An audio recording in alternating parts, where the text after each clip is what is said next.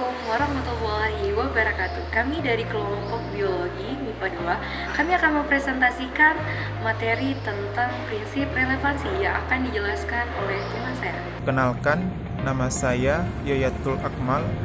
Pada kesempatan yang baik ini, saya akan memaparkan tentang pengertian prinsip relevansi.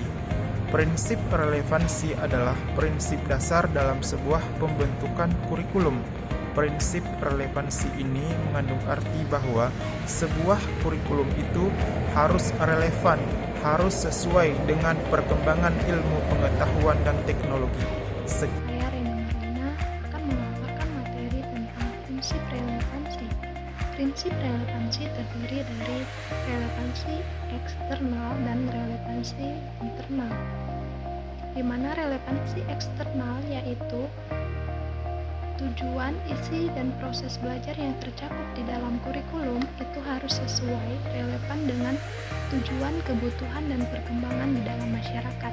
Sedangkan relevansi internal yaitu adanya kesesuaian atau kekonsistenan antara komponen-komponen di dalam kurikulum, yaitu antara tujuan, isi, proses penyampaian, dan penilaian itu harus berkaitan. Satu akan menjelaskan materi tentang relevansi eksternal dalam pengembangan kurikulum. Nah, apa saja relevansi eksternal dalam pengembangan kurikulum? Yang pertama, relevan dengan lingkungan hidup peserta didik.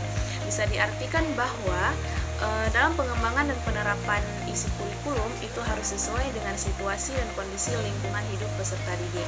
Contohnya, untuk siswa yang berada di daerah perkotaan, kita perlu memperkenal daerah perkotaan.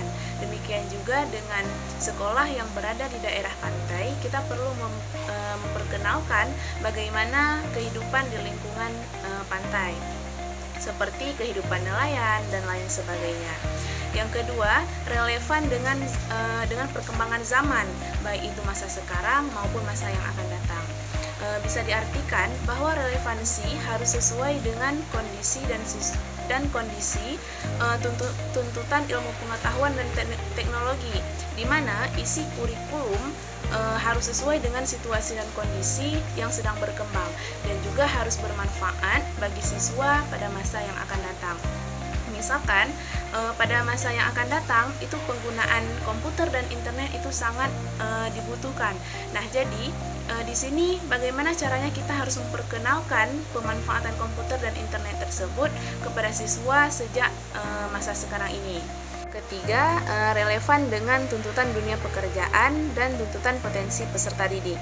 Artinya, apa yang diajarkan di sekolah harus mampu memenuhi dunia kerja. Contohnya pada zaman dahulu itu pada sekolah kejuruan ekonomi dilatih bagaimana agar siswa itu mampu menggunakan mesin tik sebagai alat bantu dalam pembuatan surat menyurat. Nah, sedangkan pada zaman sekarang ini yang dibutuhkan itu adalah komputer sebagai alat bantu dalam proses pembuatan surat menyurat tersebut. Nah, di sini bagaimana caranya kita harus melatih peserta didik untuk mengoperasikan komputer pada zaman sekarang ini. Baiklah semuanya, saya Teresia Diana Tejia akan menjelaskan contoh implementasi prinsip relevansi dalam pembelajaran. Adapun contoh dari penerapan prinsip ini dalam pembelajaran adalah penerapan kurikulum yang digunakan. Kurikulum yang digunakan harus memperhatikan 3 aspek. Yang pertama, kurikulum harus relevan dengan perkembangan iptek. Hal ini bertujuan agar para siswa mempelajari iptek yang benar-benar terbarukan dan yang memungkinkan mereka untuk memiliki wawasan dan pemikiran yang sejalan dan sesuai dengan perkembangan zaman. Yang kedua, kurikulum yang digunakan harus sesuai dan relevan dengan kebutuhan dan karakteristik peserta didik. Kurikulum yang digunakan harus sesuai dengan potensi intelektual, mental, emosional, dan fisik para siswa. Hal ini bertujuan agar potensi yang dimiliki siswa tersebut dapat berkembang secara optimal. Dan yang ketiga, kurikulum yang digunakan harus relevan dan sesuai dengan kebutuhan karakteristik masyarakat.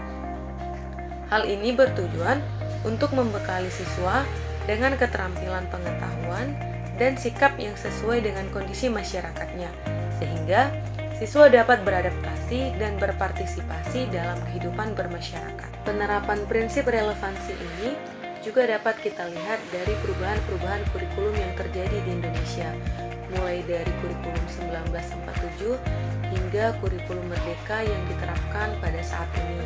Dari perubahan kurikulum-kurikulum tersebut dapat kita ketahui bahwa setiap kurikulum disesuaikan dengan perkembangan zaman, perkembangan iptek, dan juga berdasarkan karakteristik peserta didik.